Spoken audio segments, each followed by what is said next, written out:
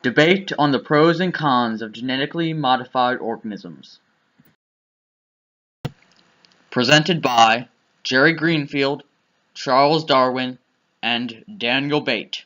Hello folks, I'm Daniel Bate, also known as D-Bate, and we're here to see the grand debate on GMOs between Ben & Jerry's ice cream and the Charles Darwin. And now to the Ben & Jerry's representative for their opening statement.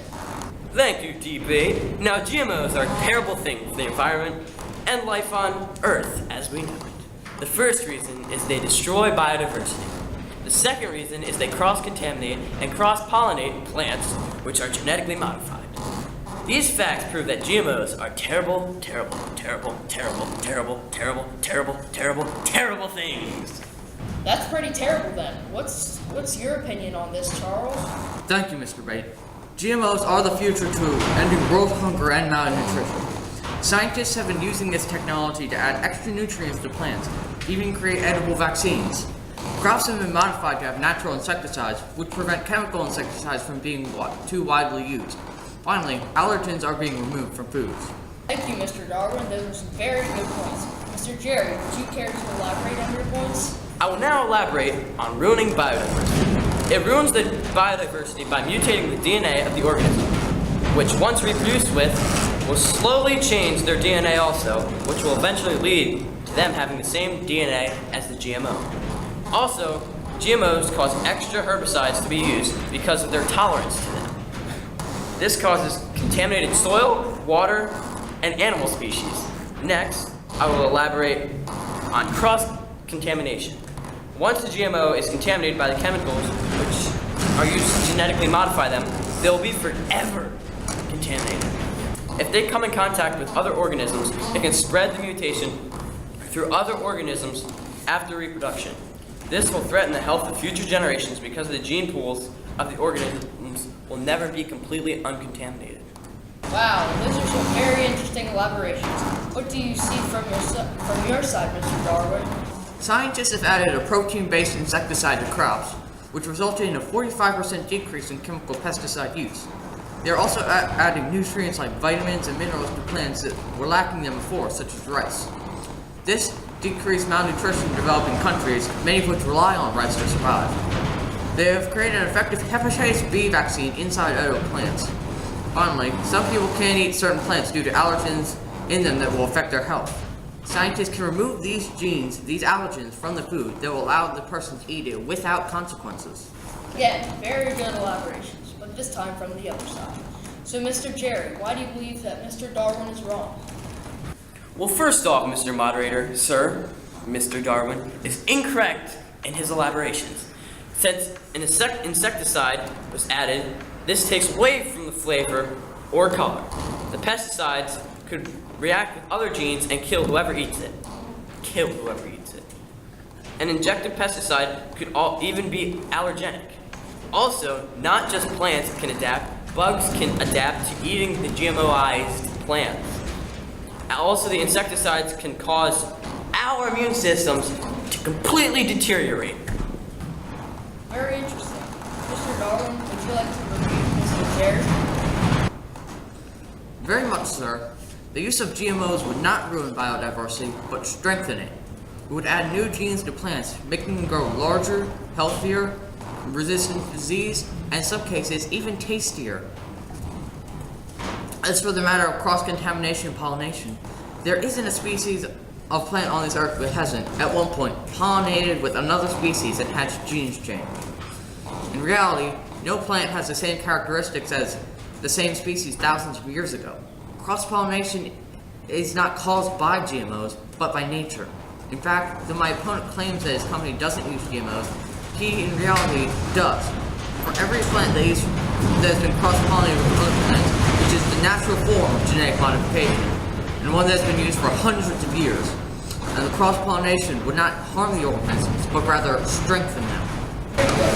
Mr. Jerry, would you like to address Mr. Darwin's rebuttals? Certainly. So you say GMOized plants are tastier? Have you ever tasted one of those monsters? Secondly, is bigger always better? I don't think so. Imagine 4 feet wide tomatoes. 4 feet wide!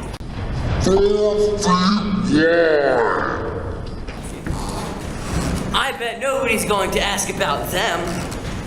Also, cross-pollination is natural. What you use is unnatural. You force genes into plants to make them better. Mr. Darwin, it is now your turn to address Mr. Jerry's remarks. Mr. Jerry seems to think that scientists just splice the genes and then release them for general consumption. That is not at all the case. Each team does meticulous testing to ensure that the new, modified organism is safe for the general population. They test to make sure the aforementioned reactions do not happen, and that the natural insecticide is not allergenic and does not cause one's immune system to deteriorate. Mr. Jerry, I believe it is time to present your closing statement.